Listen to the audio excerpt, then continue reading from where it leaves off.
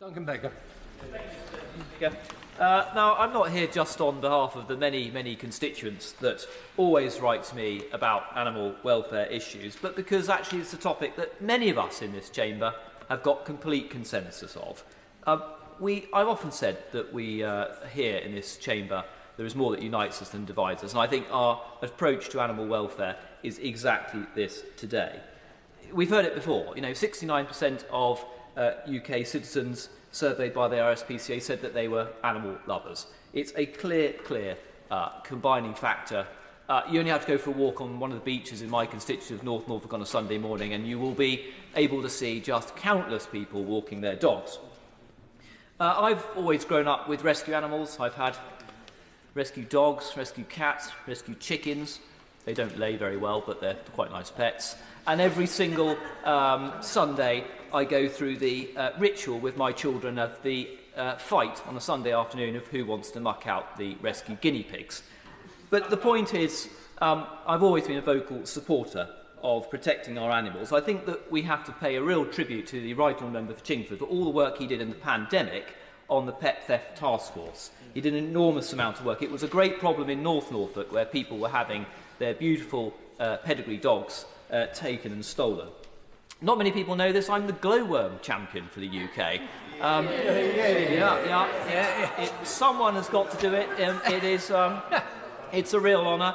But what you probably didn't know is that the dark skies is a big issue, of course, in many parts of the United Kingdom, and glowworms can be found in my constituency in Kelling Heath, and so that is why I've had the honour of doing that. And I've run the London Marathon a couple of times and raised lots and lots of money for local animal charities, as I'm sure lots of people have done here. We all in this chamber place animals and pets at absolutely as having significant parts of our lives.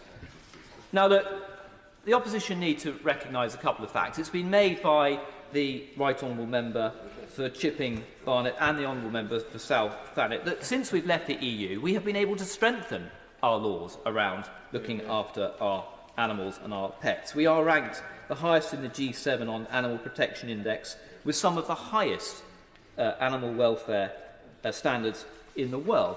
And since the Animal Action Plan for Animal Welfare was delivered in 2021, the government has delivered time and time again on its animal welfare commitments. And we've heard the Minister at the dispatch box make that point over the Sentience Act, the Animal Welfare Sentience Act. We've strengthened the Ivory Act. Cat microchipping has been also strengthened, much to my delight, because when my beloved Clapton went missing, we were able to find him very, very quickly because of his microchip. So listen, it's not fair to label the government in what they, with the opposition, have done this afternoon. It is very, very simple to understand, and we will set the record straight, that actually, no matter what the opposition have done to try and spin it out, we are keeping the core elements of the bill here today. As many have said, it's not being watered down, it is not being simplified to push through legislation without proper due diligence.